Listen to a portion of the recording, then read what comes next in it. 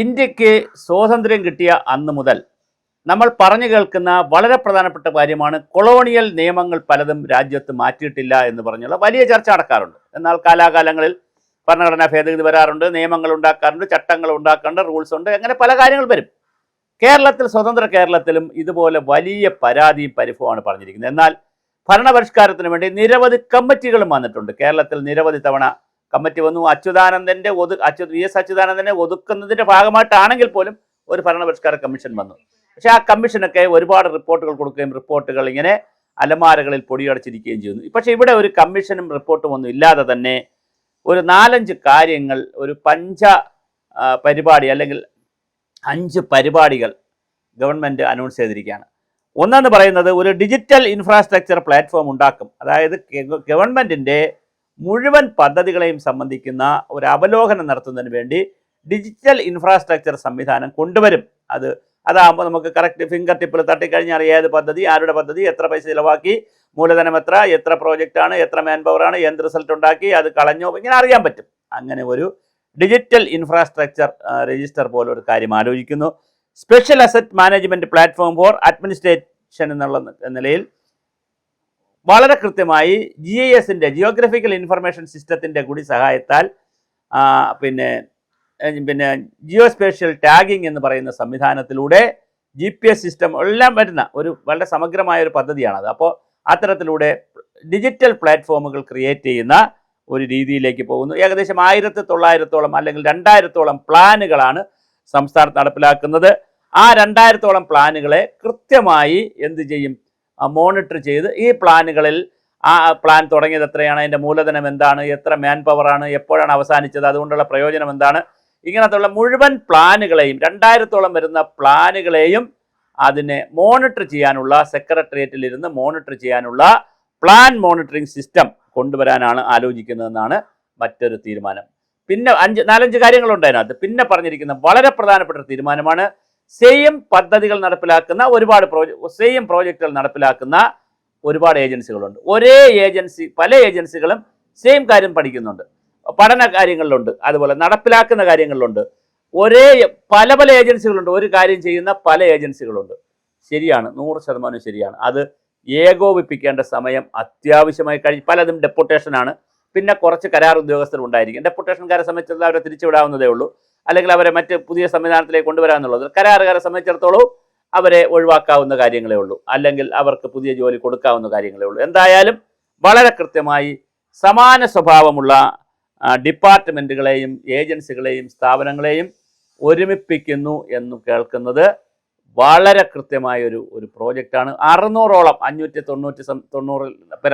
600-ഓളം സ്ഥാപനങ്ങൾ ഇതുപോലെ ഉണ്ട്. അതിൽ ചിലപ്പോൾ ക്ഷേമനിധി ബോർഡൊക്കെ അതിനകത്ത് വരുമെന്ന് എനിക്കറിയില്ല. അങ്ങനെയാണെങ്കിൽ അതും കൃത്യമായി ഈ പറയുന്ന കാര്യങ്ങളെ ഒന്ന് മോണിറ്റർ ചെയ്യാനും വെറുതെ മോണിറ്റർ ചെയ്യാനുള്ള സമാന സ്വഭാവമുള്ള സ്ഥാപനങ്ങളെയും ഏജൻസികളെയും ഒന്നിപ്പിക്കാൻ, മെർജ് ചെയ്യാൻ, ഏകോപിപ്പിക്കാനുള്ള വളരെ ശക്തമായ തീരുമാനമാണ്. ഇതിനകത്തൊക്കെ ഉള്ളൊരു പ്രശ്നം വരാൻ പോകുന്നത്, ഇത് ഇങ്ങനെ ഇപ്പോൾ കേൾക്കുമ്പോൾ നമുക്ക് തോന്നും 2000 പദ്ധതികൾ, 2000 പദ്ധതികളുടെ ഡിജിറ്റൽ പ്ലാറ്റ്ഫോം വരുന്നു, വെൽ ആൻഡ് ഗുഡ്, വളരെ സുതാര്യമാവും കാര്യങ്ങൾ. വളരെ പ്രധാന മൂലധനം എത്ര ചിലവായി, ക്യാപിറ്റൽ എക്സ്പെൻഡിച്ചർ എത്ര, അല്ലെങ്കിൽ അഡ്മിനിസ്ട്രേറ്റീവ് എക്സ്പെൻഡിച്ചർ എത്ര, ഇങ്ങനെയെല്ലാം നമുക്ക് അറിയാൻ പറ്റും. മാത്രമല്ല അഡ്മിനിസ്ട്രേറ്റീവ് എക്സ്പെൻഡിച്ചറിനെ സംബന്ധിച്ചും ഈ പ്രോജക്റ്റ് നടത്തിപ്പിനുള്ള അഡ്മിനിസ്ട്രേറ്റീവ് എക്സ്പെൻഡിച്ചറിനെ സംബന്ധിച്ചും 20,000 കോടി രൂപയുടെ അഡ്മിനിസ്ട്രേറ്റീവ് എക്സ്പെൻഡിച്ചർ വരുന്നു. 50,000 കോടി രൂപയുടെ പദ്ധതി നടപ്പിലാക്കാൻ 20,000 കോടി രൂപയുടെ അഡ്മിനിസ്ട്രേറ്റീവ് എക്സ്പെൻഡിച്ചർ എന്തിനാണ്? ഇങ്ങനെയൊക്കെയുള്ള കുറേ ചോദ്യങ്ങളുണ്ട്, ഒരുപാട് ചോദ്യങ്ങളുണ്ട്. അപ്പോൾ ഞാൻ 50,000 കോടി എന്നുകൊണ്ട് ഉദാഹരണം പറഞ്ഞതാണ്. അപ്പോൾ എന്തായാലും 19,000-നും 20,000-നും ഇടയ്ക്ക് കോടി രൂപയുടെ ഇംപ്ലിമെൻറ്റേഷൻ പൈസ പോകുന്നുണ്ട്, അഡ്മിനിസ്ട്രേഷനും പല കാര്യങ്ങളും. അപ്പോൾ ഇതൊക്കെ ഒന്ന് പിടിക്കാനും അല്ലെങ്കിൽ ഇതിനെയൊക്കെ ഒന്ന് സ്ട്രീം ലൈൻ ചെയ്യാനും ശ്രമിക്കുന്നത്. പക്ഷേ കേരളത്തിലാണ് ചെയ്യുന്നത്. ഘടകകക്ഷികൾ ധാരാളമുള്ള സ്ഥലമാണ്. നല്ല സമ്മർദ്ദം എല്ലാ ഭാഗത്തു നിന്നുണ്ടാവും.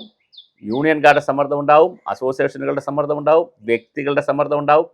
പല ഡിപ്പാർട്ട്മെൻറ്റുകളും അല്ലെങ്കിൽ പല സ്ഥാപനങ്ങളും ഉണ്ടാക്കിയത് വ്യക്തികൾക്ക് വേണ്ടിയിട്ടാണ്, പലതും മെർജ് ചെയ്തത് വ്യക്തികൾക്ക് വേണ്ടിയിട്ടാണ്, പലതും രണ്ടാക്കിയത് വ്യക്തികൾക്ക് വേണ്ടിയിട്ടാണ്. അങ്ങനെ വ്യക്തി അധിഷ്ഠിതമായി പോലും ഇവിടെ ഒരുപാട് സ്ഥാപനങ്ങൾ ഉണ്ടായിട്ടുണ്ട് കേരളത്തിൽ. ഞാൻ ഏത് സ്ഥാപനം ആർക്ക് വേണ്ടിയിട്ടെന്ന് ഞാൻ പറയുന്നില്ല, പക്ഷേ അത് ഉണ്ട്. നമ്മൾക്ക് അങ്ങനെ പറയുന്നത് ശരിയല്ല എന്നുള്ളത് കൊണ്ടാണ്.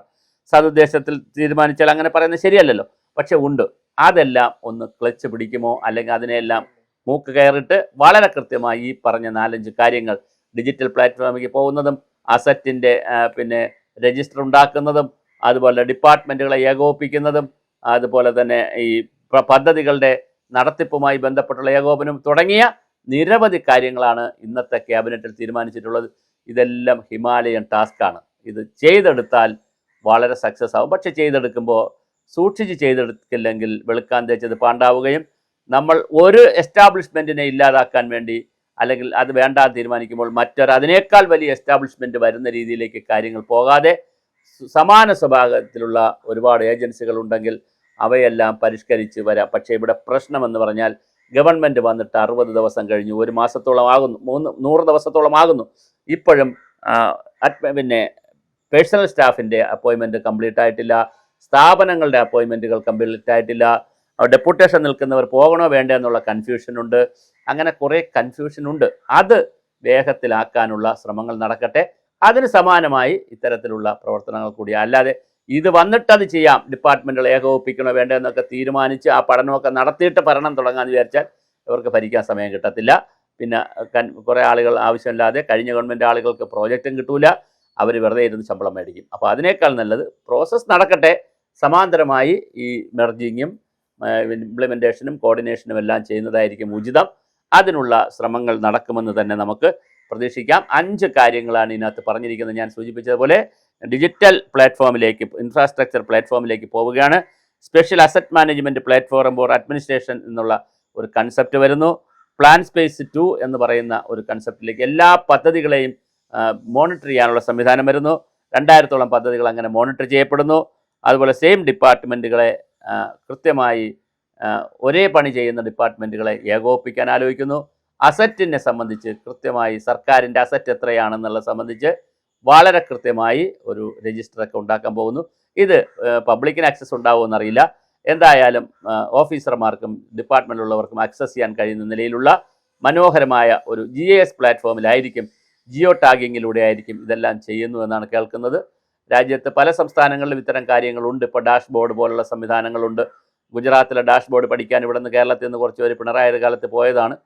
പോയിട്ട് വന്നിട്ട് ഒരു ഡാഷും പഠിച്ചില്ല, വെറും ഡാഷായിപ്പോയി.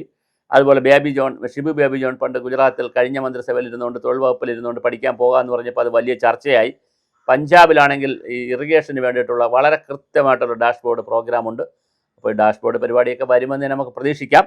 എന്തായാലും 4-5 പ്രോഗ്രാം വളരെ ശക്തമായി വരാനുള്ള എല്ലാ സാധ്യതയുമാണ് ഇപ്പോൾ കാണുന്നത്.